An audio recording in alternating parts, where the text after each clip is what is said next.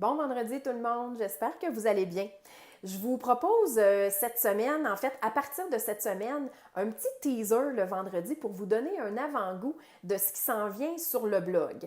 Alors, comme je veux vraiment vous inciter à être proactif dans les changements que vous souhaitez apporter au niveau du défi d'attention, question de limiter les impacts, je me suis dit, bien, pourquoi pas faire un petit teaser, comme on dit si bien, dans le domaine journalistique.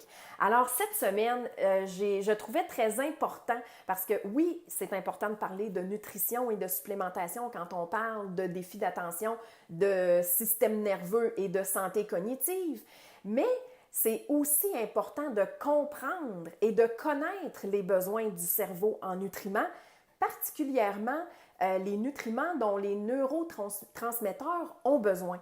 Parce qu'on sait que les neurotransmetteurs, ce sont ces messagers qui communiquent entre les neurones ou qui assurent la communication entre les neurones. Et si ces neurotransmetteurs-là manquent de nutriments, bien, ils ne seront pas capables de bien faire leur travail. Par exemple, les neurotransmetteurs ont besoin de vitamine C et de vitamines qui viennent du complexe B. Le zinc est aussi très important.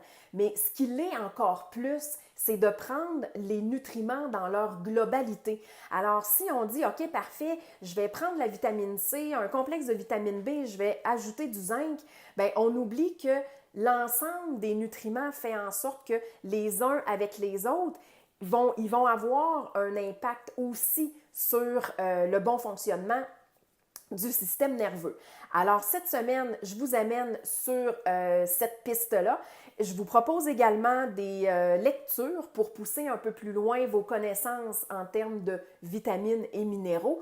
Puis, bien, comme toujours, j'aime toujours vous lire, j'aime toujours que vous me partagiez vos expériences.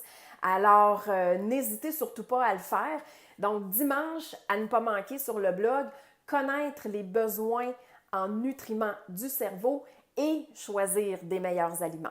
Sur ce, je vous souhaite un très bon week-end et bien entendu une bonne lecture sur le blog dimanche. À très bientôt!